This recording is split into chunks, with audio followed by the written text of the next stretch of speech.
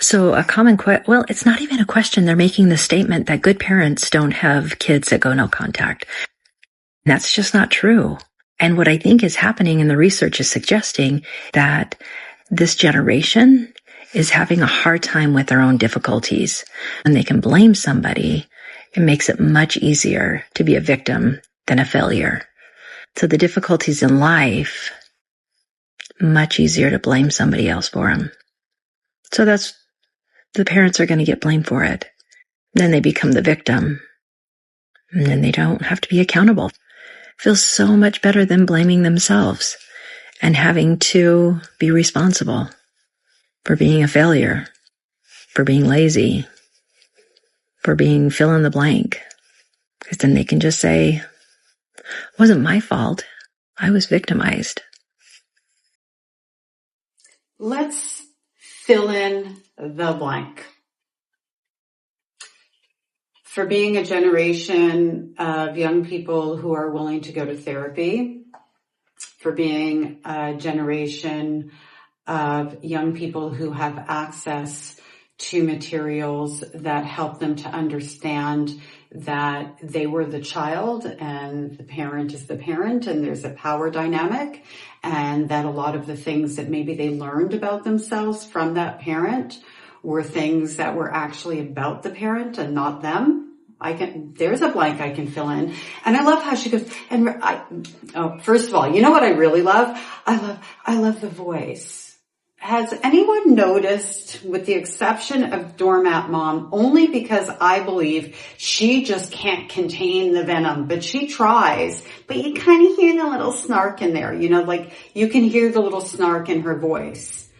There's a lot of these estranged parents now that I have really been deep diving, and I put it that way because it's like, I don't really want to deep dive into them on one hand. On the other hand, I'm noticing the incredible validation that these estranged parents are inadvertently supplying to their former supply, because they are on repeat. And the repeat that they're on is victim blaming and shaming, using the blame word instead of taking accountability, smear campaigning a whole generation of children in this case. So also let's backtrack. Oh, and they like to quote research.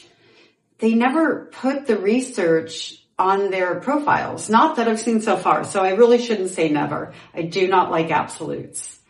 I haven't seen any of the estranged parents so far. And if there's a video out there, please toss it my way, where they quote research and then say this is where it's from. So she's going, research shows, and basically what she sounds like she's saying, because it's a little word salady for me, is that these kids are less resilient. When the truth of the matter is, like, the research is showing that, right? Like they're weak and they're mamby-pamby and they're lazy and they're looking for someone to blame for their life being a failure.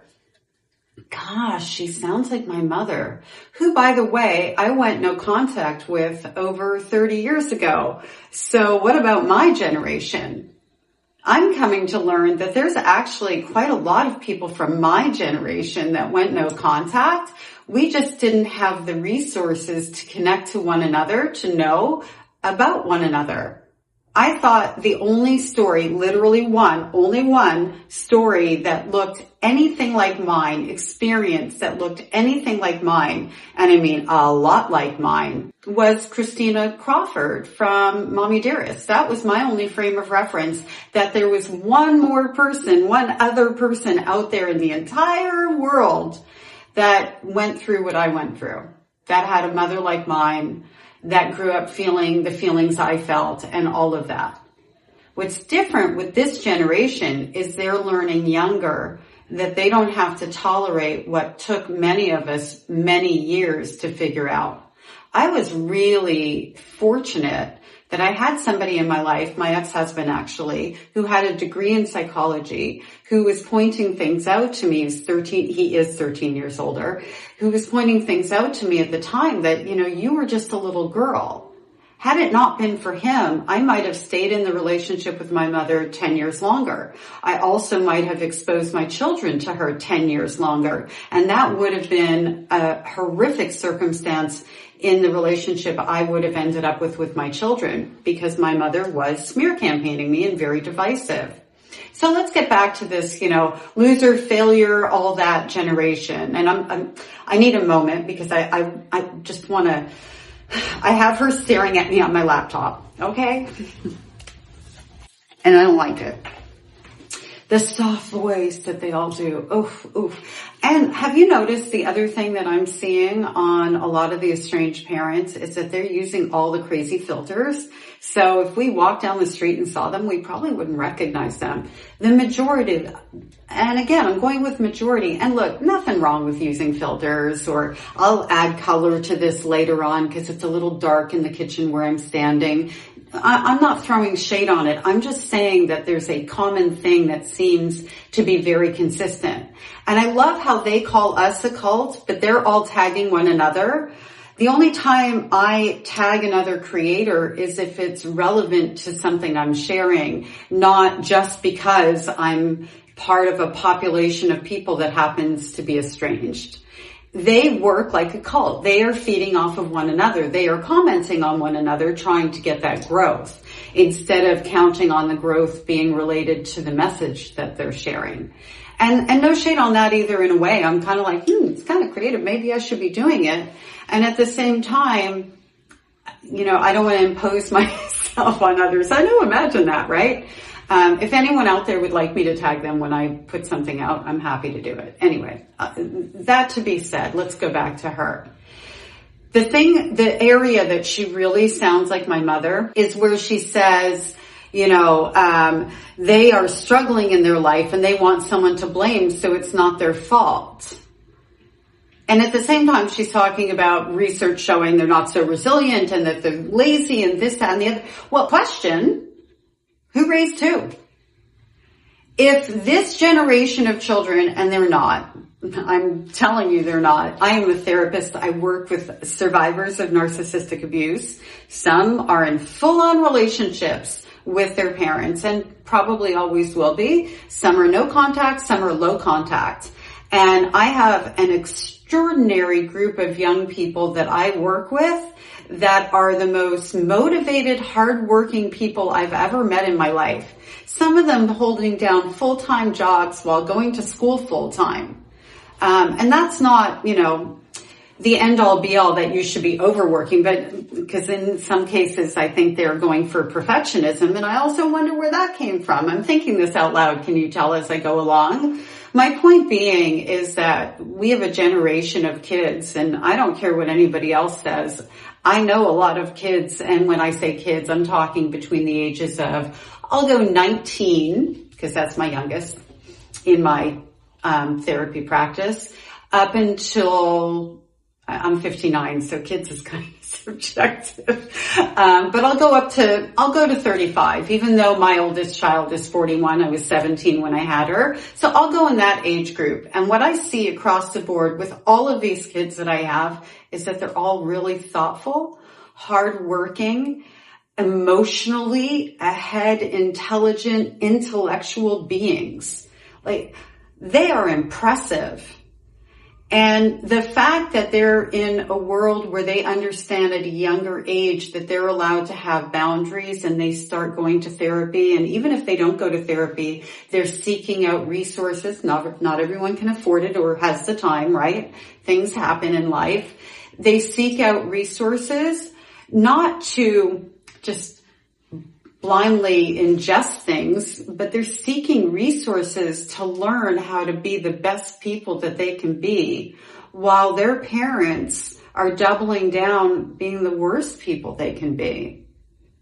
And this whole thing about good parents, that tells you that she looks at the world in a black and white, good or bad parents kind of way. She's probably the same type that will say, and I'm going to watch some more of her content because I have a feeling, and I'm sure the voice never changes, we weren't perfect. Nobody is asking for perfect. Nobody is perfect. It's an impossibility. We can all agree on that, right? They're asking for safety.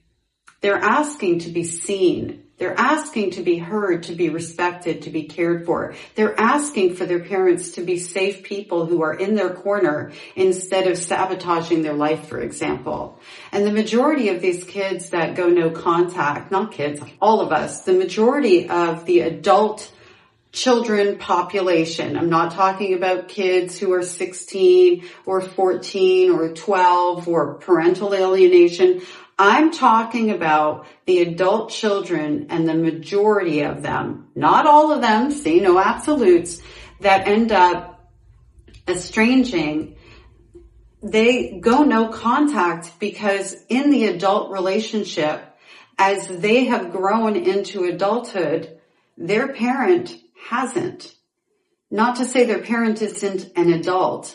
Their parent hasn't grown along with them. Their parent hasn't evolved past treating them in a particular way, and they aren't listening or respecting the needs of their adult child, and they expect that adult child, because they are entitled to being what their title is, mother or father, is never going to go, I've had enough, or I'm not doing this anymore, whatever that looks like.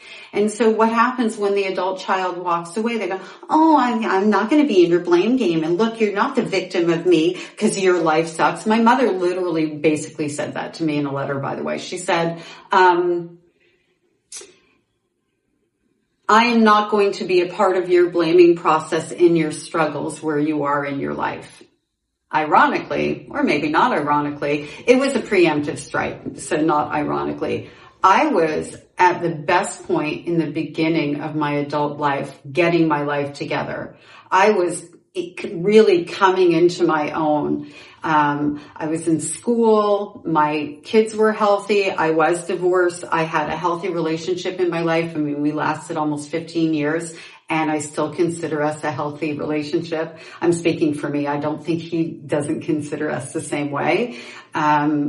We both love our children very much. And while we don't have a lot of interaction because we aren't in each other's lives go on. Our children are adults. We still have communication over them, sometimes just to check in. You know, she saw that I was at the beginning of finding out that I wasn't who she said I was and did the preemptive strike thing. And so here you have this parent here going, you know, these kids are basically failures. Can you imagine the way she must have talked to her own child or children to be able to say that in one sweeping, you know, paintbrush right there? That the whole reason that they don't want to be in the relationship with their parent is because they're failures at like communication and they aren't resilient enough to take the ongoing abuse. That's what I'm reading out of it. How about you? What are you reading out of it? And did I miss something? I'm sure I must have, because this went everywhere for me. I literally have watched that video twice. Once when it was sent to me, and cold today in front of you. So I'm still like, thanks for being here. And if there's anyone you want me to feature, a topic you'd like me to talk about, let me know. Thanks again.